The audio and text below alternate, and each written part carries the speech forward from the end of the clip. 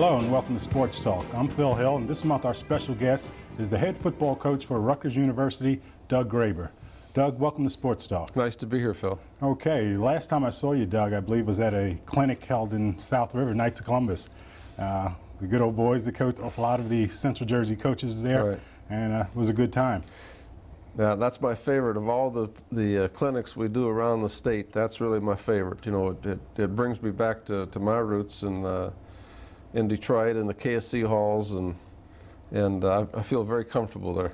Okay, a lot of people are saying this is truly the Doug Garber era. I mean, all the recruits from Dick Anderson have graduated, and everybody that's on the team now is someone that you recruited. Does that make a difference?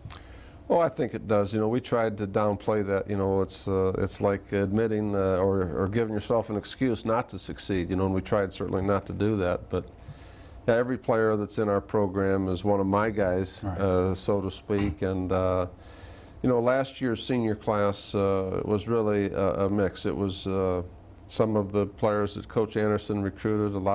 When we came here, we were scrambling. You know, we took junior college guys. We had a lot of transfers in that group. One of them an East Brunswick guy, of course, right.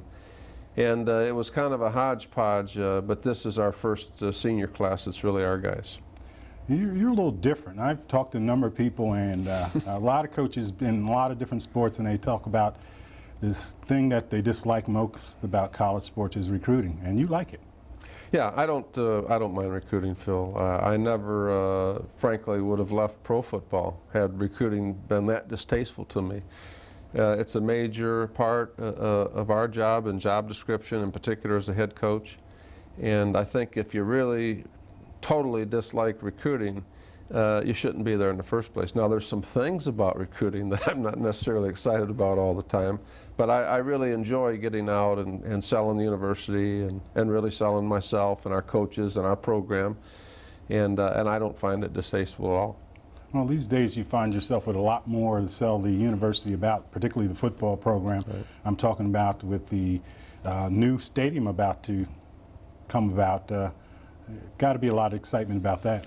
Well, you know, that's putting it mildly. For myself in particular, to really, you know, it's pretty humbling to have an opportunity to be involved from the ground floor up in the stadium and you know, with the help of Senator Lynch and a lot of people like that, with getting the funds for the stadium, meeting with the architects, right from you know, the first step. It's been a tremendous experience, and I am just, you know, there's not very many people that in your lifetime really have a chance to be involved in something that's going to be meaningful and be there for a long time, and that's how I feel about the stadium, and I've really enjoyed it. It's been a tremendous amount of work, but I've enjoyed every single, it's a labor of love, and I've enjoyed every minute of it, and I'm really proud of what we have.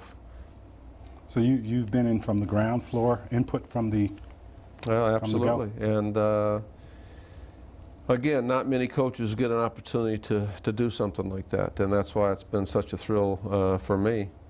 And I think that I'm prejudiced, you have to realize that, you know, but I really feel like that we have one of the neatest college stadiums around in the country, any place. And everybody from the architect to terminal construction to all the subcontractors, the people that really had the input, the state of New Jersey, you know, and everything, and the Department of Transportation and all the things that they were able to accomplish in a short period of time.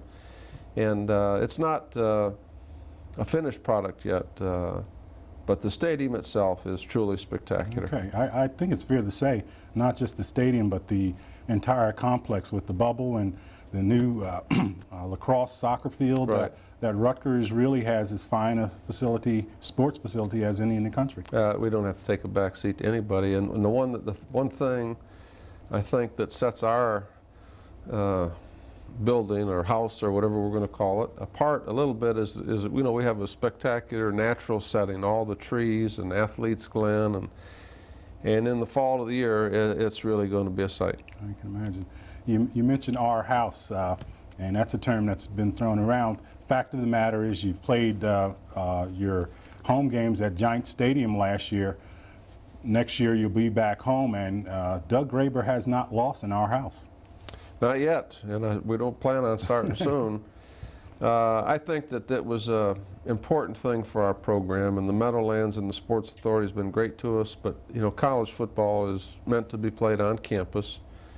And you know, if you go back all the way through the great tradition that Rutgers have, if you really go back and look at it, for the past 125 years, Rutgers has done very, very well at home. And we have a great tradition. And like any coach, I'm trying to build on the things that are positive for us, and that's certainly one of them. You mentioned 125 years. Of course, this is the 125th anniversary of football as we know it. And of course, the first game was played at Rutgers, 6-4, Rutgers won, I believe. That's correct. I'm still trying to figure out that 4, but I guess there's a reason. But 6-4, Rutgers won. Are you going to capitalize on it that, you know, that Rutgers was the first team this year? Or is the press going to get involved around the country? Phil, college football is. A lot of the teams in college football will be wearing patches to commemorate the 125th anniversary of football. I've done a lot of work with the networks and with ESPN.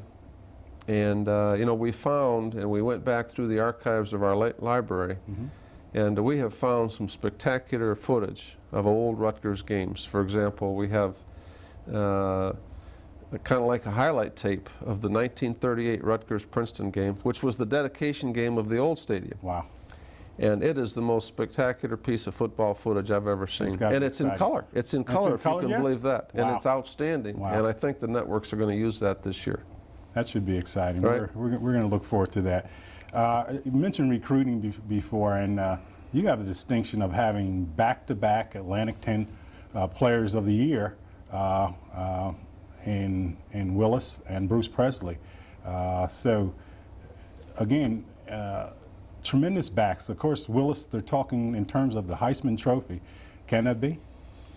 Well, you know, we've got two great backs, and we're very, very proud of both of them. They're both Jersey kids. That's really what makes us proud. And in terms of the Heisman and so on, you know, football is a team game. That's right. We are not going to have a highly visible program to push one player or the other. I think what they do on the field speaks for itself. We've got two great players. Are either one of them Heisman candidates? I think they may be. But let's see what they do on the field. That's really where things are decided. And I think, you know, we have a saying at our place that I really believe in. It's called big team, little me. I see. And the team comes first, I guess is what we're trying to say. And and it's very simple. You know, nobody has ever won the Heisman Trophy or any kind of real awards, you know, on a 4-7 team. If the team does well, then everybody's going to be rewarded. You mentioned 4-7. Of course, 1992, you were 7-4. A lot of excitement generated around here. A lot of people waiting to jump on the bandwagon, and of course, last year that 4-7. Can you recapture the magic? The bandwagon had a flat tire last year, you know, Phil. Oh, absolutely. Yeah. You know, if you just look at our league, the Big East Conference over the last 2 years, and let's take two teams, for example. You know, West Virginia the year before had a very, very disappointing season, and virtually with the same cast of characters challenged for the national championship. Virginia Tech in '92 won 2 football games, and virtually with the same players, and they lost some good players off that team, and they can't come back this year and you know, win 9 games and win a bowl game and have a great year. So our conference is so competitive, and all the teams are so good. I think it's a matter of getting off to a good start, of winning a couple close games early, of the chemistry, which we speak about all the time, coming together at the right time. We had a fine football team last year. It was just simply not meant to be. I see. We had no home games. You know, we were just decimated on our defense with injuries, and lost a couple of games to teams, for example, Boston College, that I thought we really should have won that football game. We didn't, for whatever reasons. It was a good game, but we didn't win. Right. And, you know, 4-7. So, hey, you regroup, and I like the attitude of this team. We lost a lot of seniors. We lose a lot off that team.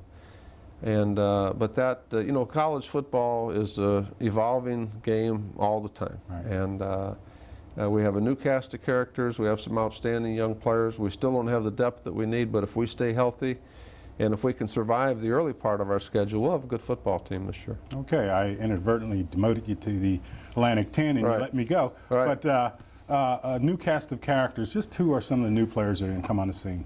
Well, you know, offensively, which is what, you know, the public likes to speak about, you know, we have a lot of guys who have played a lot of football, but we're really, our offensive line is going to be totally retooled, with the exception of Ken Damon and John Bleich, two pretty solid starters for us last year. We're going to have a whole new cast of characters. I'm not even sure who they're going to be yet, because we're still trying to put it together. We got a lot of good athletes, so we got, I mean, we're huge. You know, we got some big guys that are good athletes. And it'll be interesting to see, and I think it's important that as we, early in fall practice, that we get that thing totally solidified. We have a couple of outstanding young receivers. Reggie Funderburk, who played last year, but he'll have a you know, much larger role this year. And we've got a young redshirt freshman, Stephen Harper, who we think is going to really be a superstar one day. We hope it's soon. He certainly has the ability to do that. Outstanding tight end who's played Battaglia. You know, of course, obviously the two tailbacks that everybody likes to speak about, and they should. They're both great players. Raymond Lucas is really the key to the whole thing offensively, and he's had some shoulder problems, but his rehab is going well, and we anticipate him being 100% by this fall. But really, defensively is where we've had our problems, and that's where the new cast of characters really comes into being. And our front four on defense was outstanding in the spring and dominated. It was the most dominating part of our football team. I see. And that's, as a coach, you know, that's what you want. You want your defense to really lead the way. And that front four is pretty darn good. Wow. And, you know, again, we got to keep him healthy. But Keith Bryant, a young player that played last year, but was kind of feeling his way, Rashad Swinger, who we think can be a great player. Bob Sneathen, we've gone to a new defense we think that really utilizes the abilities of the kids we have. Bob Sneathen had a great spring as a defensive end, which is different for him. And Rudy Smith, we feel, will come along and fill the other spot at the right end. So that group has got a chance to really be a terrific group. That sounds good. Most people involved in football sooner or later learn it's what's up front that counts. I mean, you can have people in a skilled position, but if you don't defensively and offensively have something up front, you're going to be hurt. Yeah, no question, and that's the key to the whole game, and that's why I'm excited about our defense. You know, our linebackers, you know, I'm not even sure who's good. We had several key guys that missed spring football. Rusty Swartz missed spring ball because he's still recovering from his injuries, but he's going to be fine. And, you know, Mike Brestel missed spring ball, and in the secondary, we had some kids that should be playing that missed spring football from injury reasons. But Mark Washington had a great spring. Another young player coming up, Thomas Kelly at safety, had a pretty darn good spring. A kid that has been, we always felt could be a good player, but for whatever reasons, never really came to the front for us, Curtis Tribbett. And he had an outstanding spring. So it's a new cast of characters, especially in the secondary linebacker. You know, Sheridan, kids like that who played as a freshman, but I'm excited about and I'm really excited about our defensive staff, and John Gutekunst and Mike Nelson and Theo Lemon and that whole group. And of course, we're going to a new style of defense, and I'm very encouraged with what we've seen. Briefly, I remember reading about everyone's excited about the new defense, the new coaches. John Gutekunst is the defensive coordinator. He's got a great background. He's formerly the head coach at Minnesota, and took Minnesota to 2 bowl games, which nobody else has certainly done recently. And you know, he was at Virginia Tech for a long time. He was a former captain at Duke and coached at Duke for 12 years. So he has great experience with the 4-3, and we felt that I'll tell you what's happened to us really. 2 years in a row, we've really had injury problems on defense, and what in the 3-4. we didn't have much flexibility. For example, last year, when right off the bat we lost 2 kids with non-football related injuries, Abraham Washington, who won't play again, and Rusty Swartz at the outside linebacker spots. Phil, we were really and we'd really struggled from that point on. And with the 4-3, the thing I like about it is one, you have a lot of flexibility. You guys can jump from spot to spot. If you have injury problems, you can get your best athletes on the field. 2, it really accentuates the speed. Isn't it attacking defense? It's an attacking, aggressive, up the field, get after him kind of defense, and emphasizes speed. And it really, if you have a front 4 that can dominate, then I'll tell you what, you're going to be in good shape. And I feel very encouraged with what our front 4 did this spring. I'm not, you know, a defense doesn't solve all the problems. Right. Players Right. solve the problems, Exactly. you know. But our kids are very excited about what we're doing. And I'm excited about it, and it shows, I think, in their performance in spring football on the field. They really kind of slapped our offense around a little bit, which was pretty good. If you're a defensive player and you can attack, you're going to want to play the game. That's right. And that's on any level. That's exactly right. You're really, I know about your recruiting ability for athletes, but I got to give it to you for coaches as well. You've picked up, I think, a young man that's going to be a real good one for you, Kenny Pruss from East Brunswick.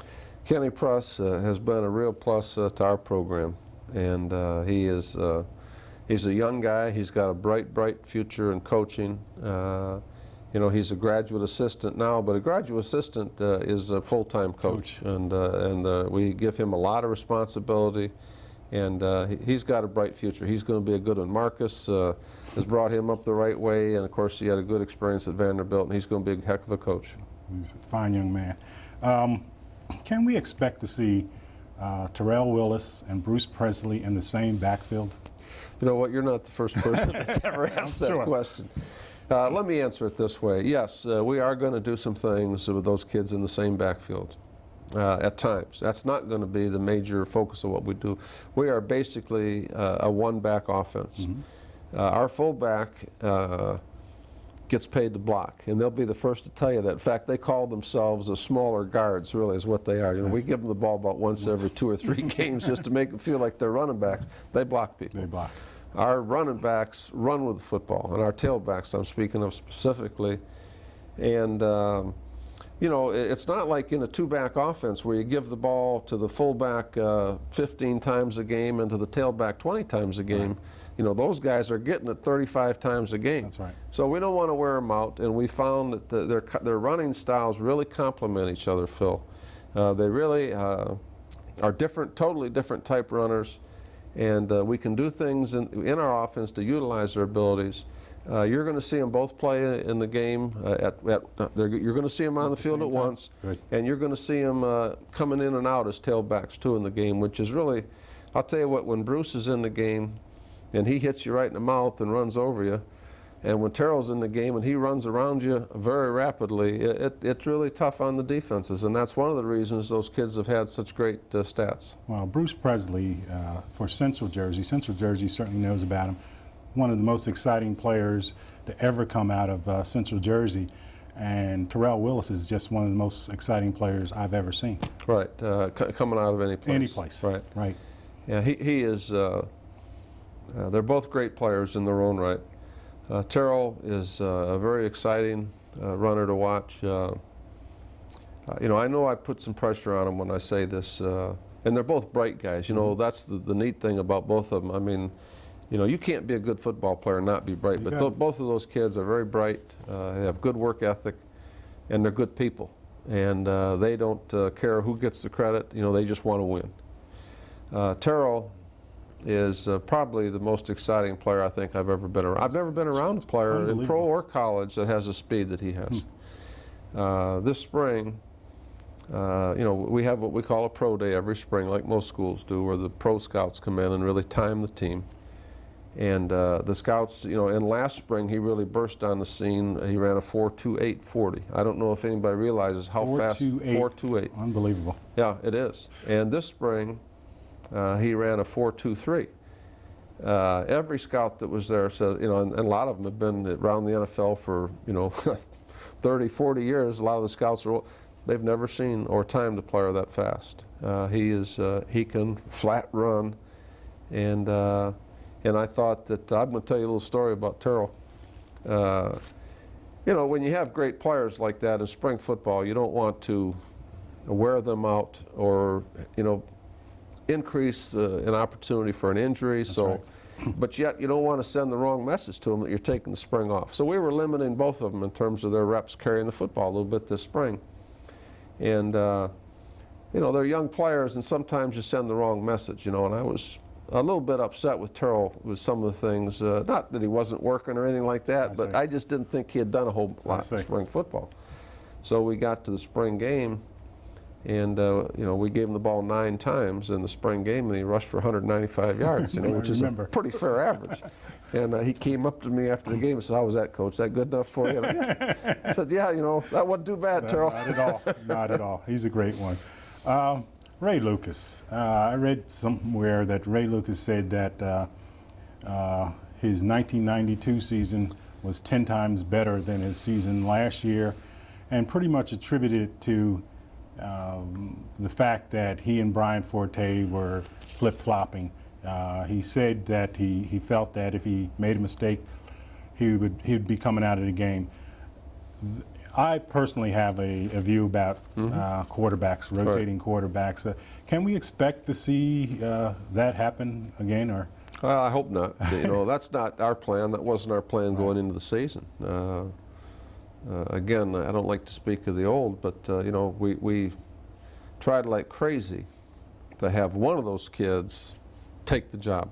Say, "Hey, I'm the guy, and this is it." And unfortunately, both of their performances were very sporadic last year, and neither one of them really performed up to my expectations. And they both had injuries, and it was just we did not get the performance out of our quarterback position last year that we did the year before, and that's not right when you have both players back. So that was a very much a disappointment to all of us. And I don't like a 2-quarterback system. People might say, "Well, boy, it sure doesn't look like it after what happened." But I also like to win games. Yeah. And whichever quarterback is moving the team was going to play. I think the key is, though, not so much ability, but in a quarterback, you got to have leadership. Right. And I think the point being that if you think you might come out, you're not so apt to feel like a leader. Right. Well, you know, I'm disappointed in everything about our season last year, and I was certainly disappointed in the quarterback position. I'm not going to say that, you know, we certainly probably didn't handle it as well as we could have. It was a very difficult situation to handle, and but I'm not a 2-quarterback guy. Okay. I mean, I'm like you. I'd like one guy to be the man, because you know the other thing that people don't think about, Phil, the average fan at least, which really had a dramatic impact on that position, is you are limited to your repetitions in practice. That's right. And if you're playing 2 quarterbacks and giving them equal repetitions in practice, that hurts both of them. If you got a good player and you know who the man is, then he needs to get 80% of the reps in practice. And I think that looking back on it, that you know, we certainly hindered Raymond's development a little bit, because I don't care how good they are, they need reps to get better in practice, and we weren't able to really do justice to either guy, and it certainly wasn't by design. You know, in the Duke game, which we really pretty much had under control, and then Raymond had a horrible second half. I think he threw 3 interceptions in a row in 3 series, and all of a sudden we're way behind. You don't have a choice as a coach. You know, if you got a guy on the bench that you know, like Brian, that can come in and light a fire, then you got to do it. And that's what we did, and you know, we won that game, and here we go again. You know, so you win the game, say, "Oh, so man, what are you going to do?" This is not what I had in mind at all. You know, but that's the way it worked out. Speaking of working out, things worked out rather well for some of Rutgers graduates last year in regards to the NFL. I think more than any time before. Who are they? Well, we had a lot of players that signed, and sometimes, frankly, that can be a problem. And I think it affected our team last year. The agents, okay. I'll tell you what, Phil, it's a crime right now with what goes on behind the scenes. We have rules and regulations. We don't allow any of them on our campus or to talk to players. But I'll tell you what, hey, man, they're after them all the time, and it really makes me sick. I hate that part of it. It's tough. I mean, Rutgers had some problems, off-field problems last year, but certainly nothing like our national champs. I mean, Florida State, and you get to understand what agents and people like that can do to a football program. I almost think that it's a curse to have a lot of great seniors on your team because of you know, a lot of times, and let me explain it this way. I've coached in the NFL. I think I know what's required. I think I'm going to be very honest with my players and tell them exactly where they stand and so on. A lot of times young people hear what they want to hear. And unfortunately, those people are in contact with the players all the time, even though you do everything you can as a coach to make sure that doesn't happen, because things can happen, just like what happened to Florida State. Right. And it's a very tough situation, and one that frankly is very frustrating for coaches now to deal with that. And I'm not going to blame our season on that. I mean, but it was certainly a factor. And but the good news is we have some good players going in the NFL that are good kids. Good. And you know, Chris Brantley, I see, just signed his contract the other day, which is real important to be signed and get into training camp. He was drafted by the Rams in the 4th round. Since the draft has gone from I think 13 to whatever it is, 7 rounds, I guess now, or something like that. You know, all those other kids would have been drafted, but now they were all free. And frankly, it's better. I always tell the kids, if you're not drafted in the first 5 rounds, you're really 4 rounds. You're better off being a free agent anyway. That's right. Because then you get to options. pick. You have your options. You get to pick the team. You have people bidding for your services. You're going to get more money. You know, you win. And but I'm happy for the kids that signed. You know, with Andy Beckett going to Cincinnati. Right. And Scott Vaughn, who I think is having a great summer, working hard, going to Denver. You know, Mario Henry signed with the Patriots, and Jay Bellamy signed with Seattle. So we have some kids, I think, that are certainly going to have, and this is the best year of all years to go into the NFL with everything that's going on right now with the cap. And unfortunately, you know, if you're at the bottom of the pay scale, you're going to have a better chance of making the team. That's right.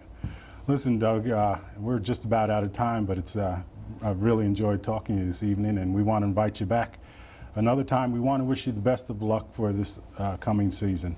And so, once again, thank you. Well, thank you very much for having me, Phil, and we're you know, excited about the way Central New Jersey has supported our program, and they're really going to be excited when they get in the new stadium. Okay, thank you. For Channel 8 Sports and Doug Graber, I'm Phil Hill saying join us next time.